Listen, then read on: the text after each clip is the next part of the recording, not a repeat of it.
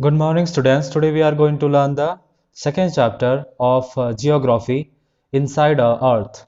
So we know the Earth is the third planet in the solar system, and only on the Earth we find the living creatures, living beings, or the living environment that is there. Uh, and still, we have not known the full the structure and the full part of the Earth. Still, the scientists are in research because it's very wide and very vast and very deep uh, inside the Earth. So they are we will be learning about the what is the Earth made of and what is the inner core, what is inside the Earth, and can we make a hole from one side to another hole or like this? Is it possible or not? Why we and a lot of things that we are going to study about the Earth. So let's begin. The Earth, our homeland, is a dynamic planet. It is a constantly undergoing changes inside and outside. So we see a lot of changes in environment, lot of changes in our structure of the Earth, and because of a lot of global warming is happening.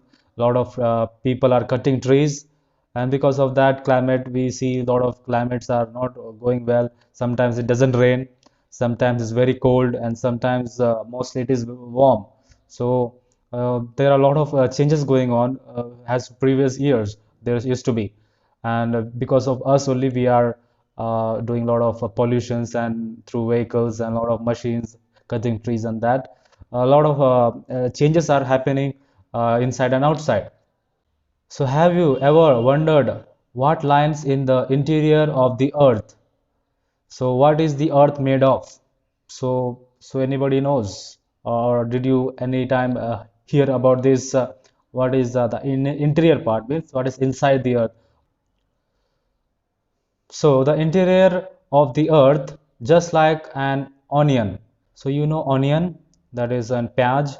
So in the onion there are a lot of layers, right? So when you remove the layers one, two, three, a lot of layers are there, then it will become very smaller. For making curry and all, we use this onion. We buy, you know that. So just like an onion, the earth is made of the several concentric layers, and with one side another. So there are a lot of layers. Like first layer is like a lithosphere, crust is there, mantle is there. So and core, mantle, boundaries are there. So inner core is there.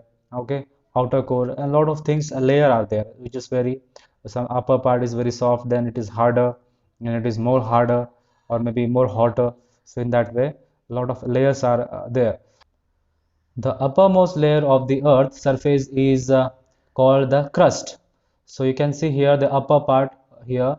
This is the upper part of the Earth. So this is called a crust. So crust, crust. Okay. So it is the thinnest of all the layers. So it is very thin. Means not much is there. You can see very thin part of the upper side. If you dig through the machines and all, you can cross this layer very soon. So that is the crust. So it is the thinnest part of the layer. So it is about 35 kilometers on the continental masses and only 5 kilometers on the ocean floors. So 35 kilometers from this layer you can see. So when we dig what is that well, that is too less for us, but it's 35 kilometers. And from the ocean, when this blue one you can see, this blue part, when there is water is filled in this crust layer, crust part, that's why it can cross only 5 kilometers after the ocean.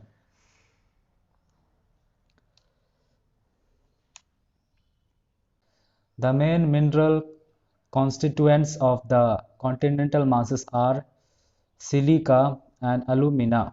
It is thus called a shales, or sea silica and al alumina.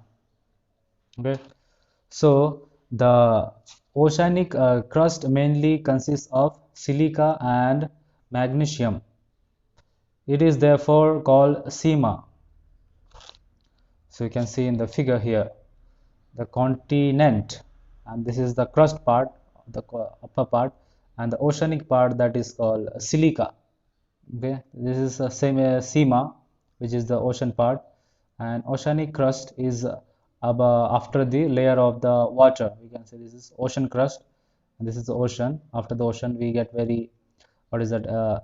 Silica and alumina, the continental masses. Okay, just beneath the crust is the mantle, which extends up to the deep of 2,900 kilometers below the crust. So after the crust comes mantle. The innermost layer is the core with a radius of about 3,500 kilometers. It is mainly made of the nickel and iron and is called knife. Ni, nickel and ferrous. Okay, for example, iron. So a lot of things are found in the mantle part, these ionic things, okay, metallic ionic things. The central core has very high temperature and pressure. So this is a temperature where there is a high temperature of very much it has it's very hot. So the central core has a very high temperature and pressure. So in this we cannot reach this core only through the what is the mechanism of things that is made by humans that can take this out from the mantle part. So some facts is there. So the crust from some the facts are there. The crust forms only 1% of the volume of the earth. 84% consists of the mantle and 15% makes the core. The radius of the earth is 6,371 kilometers. So this core, the second layer, the mantle, has a, high temperature, and we can find the ionic things where we get this iron and all. So we use for different purposes. So this is made of nickel, and it is called what? Knife, N-I-F-E, knife. We move on to the next one. Rocks and minerals. The Earth's crust is made up of various types of rocks. Any natural masses of mineral matter that makes up the Earth crust is called a rock. So any part which is made up of crust with a what is that, a rocky thing, that is called a rock. Actually, the earth is the as a whole is made up of rocks. Okay, this is what material earth is made up of rocks, and it is made up of various different types of rocks. If somebody asks you what is the earth made of, then you can say it is made up of rocks. So it is a rocky and in a different types of rocks. So rocks can be different color, size, and texture. So there are majorly three types of rocks. Okay, when the molten magma cools, it becomes solid. Rocks thus formed are called igneous. So when the molten magma becomes cool, it becomes solid in a way. But when it is, because it's very high temperature, it is in a liquid form. So thus it is called igneous rocks. Igneous rocks. They are also called primary rocks. There are two types of igneous rocks: intrusive and extrusive. Okay, so what are these intrusive and extrusive? So can you imagine lava coming from the volcanoes? So you can see the volcanoes, how the lava is coming out of its, like bulging from there or jumping from the in the volcanoes, like a fiery thing, right? So you have seen in the videos or somewhere in the movies. So lava is actually a fiery red molten magma coming out from the interiors of the earth on its surface. So like a fiery, and it like blasting like a bomb. We have seen that in the movies and all. So it is coming out, throwing in a very what is that, like a bomb flashing out like that with a fiery thing. That is called magma. It's a red fiery molten magma. So this is coming from the inner core of the earth. So when this molten lava comes out of the Earth's surface, it rapidly cools down and becomes solid. So before that, it is in a liquid form or very what is a reddish form because it's a fiery thing and it's burning up. It's very hot in temperature. So while it comes out, then suddenly the atmosphere in the Earth is cool, right? Uh, so suddenly it becomes a solid structure. So rocks formed in a such a way on the crust is called a extrusive igneous rocks. Igneous rocks. So this is called extrusive igneous rocks.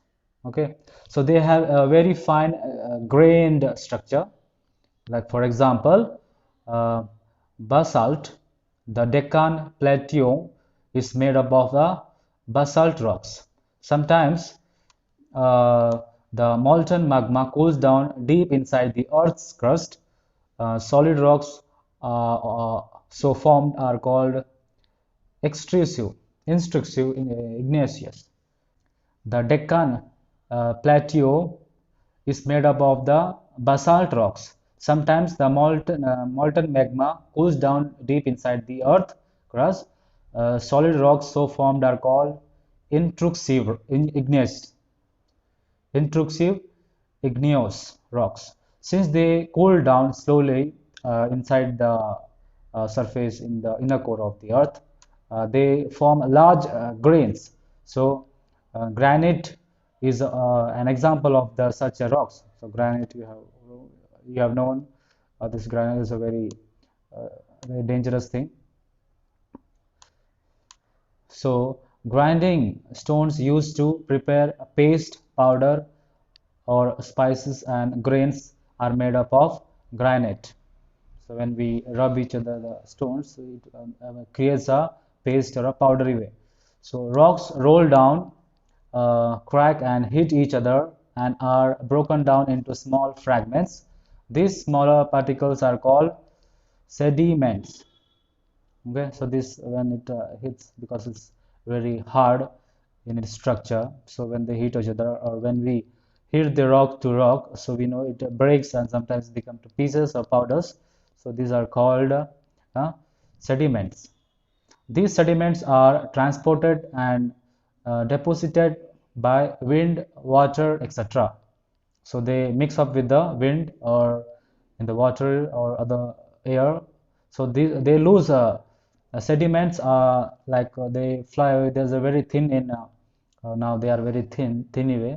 So they be actually the dust and all you see they are very thin. So they go along with the water or sometimes they mostly they are flying in the air. So are compressed and hardened to form sedimentary rocks. For example, sandstone is the made of grains and sand. These rocks may also contain fossil of plants, animals, and other microorganisms that once lived one on them. So, igneous and sedimentary rocks can change into metaphoric rocks under great heat and pressure. So when there is again when the temperature hits to these rocks, they eventually they change to their what is the different form with the pressure. Okay, in a liquid way. For example, clay changes into a steel and limestone into marble. So have you seen these pots and also how the clay those who are making and when it hits the what is that heat when they keep in the sunlight for drying up so it becomes in a very solid way, right? Steel into steel and limestone into marble. So when there is a limestone it becomes in the roundish shape like a marble. So this is the changes that we find when the temperature changes into warmer. So rocks are very useful to us. So the hard rocks are used for making roads. So mostly we prepare these roads and all, homes and all, mostly through the rocks. So rocks are very useful, right? So we use in a different purposes for making houses, for making roads, for building different again lot of uses that we come in on a way. So we use stones in a different ways in many games. Sometimes children play for games and for many purposes. For example, seven stones, pitho, and hopscotch, staptu, uh, staptu, kit, or it is called both the names. What is that? Hopscotch, and five stones, Gitti. You know Gitti, right?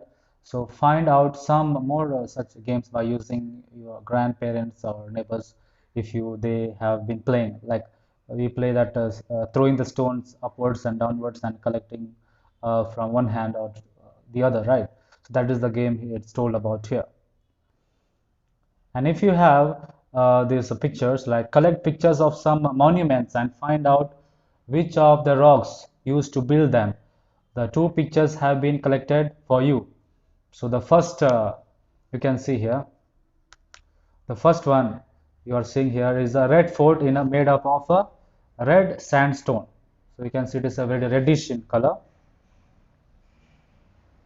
So you can see this is very reddish in color. So it is made up of the red fort is made up of red sandstone.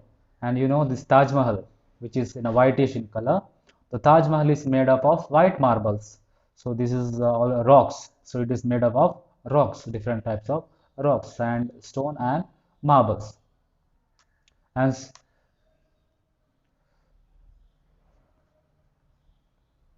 and also you may find a lot of other monuments that uh, that have and you also have a lot of monuments which are made up of different types of stones that you just find out.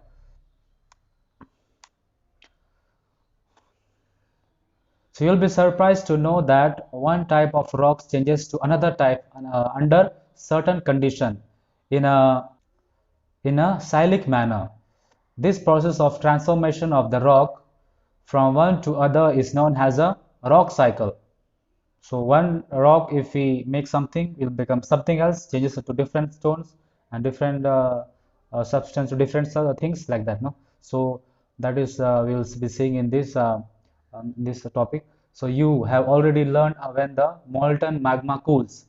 So the molten magma cools, it solidifies, okay, solidifies to become igneous rocks. These igneous rocks are broken down into small particles that are transported and deposited to the form sedimentary rocks. Then the igneous and sedimentary rocks are subjected to heat, the pressure, they change into metamorphic rocks. So you can see here magma here, igneous rocks. Then when it hits, you can see this is a magma. Okay, this is the main part when it is in the core. So when it hits or when it is in the cool condition, when it becomes cool, it becomes igneous rocks. So when this is hit or smashed, it will become sediments. So after it becomes sediments, it becomes in the powdery sedimentary rocks. So you can see small, and then it becomes to metamorphic rocks. So when it is made again warmer, it becomes metamorphic rocks.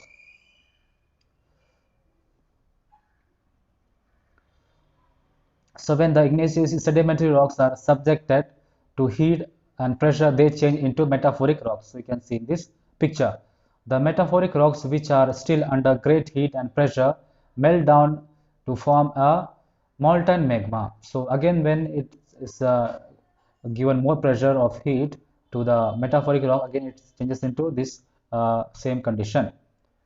When again it is cold, if we make again cold, so again it will become into solid form. Okay, then it will change into igneous rock. So rocks are made up of different minerals. Minerals are natural occurring substances which have certain physical properties and definite chemical composition. So for the minerals, people are or humankind have very necessity of to run something or to work for their livelihood, like coal, natural gas, petroleum. So these are now has become more role, playing a great role for the mechanisms of the, or what is that, moving from one place to another. We need in the vehicle petroleum and all. So natural gases for cooking. Okay, so they are also used in industries, like for making iron, aluminum, gold, uraniums, etc. And for also in the medical purposes, in the medical we use to fertilizers, different types of what is that, medicine to plant, for the using for the plants. So in a one or the other way, we are very used, and we are daily having these things around us. So these are all things we are getting from the core of the earth. So this earth is made up of rock, we have said, and there are three types of. So these all lot of types of rocks that we are, what is that, melting or doing some changes, and making them for our daily use. So the stone that is we have seen have become something else in this uses. You can see. This was the chapter about the inside earth.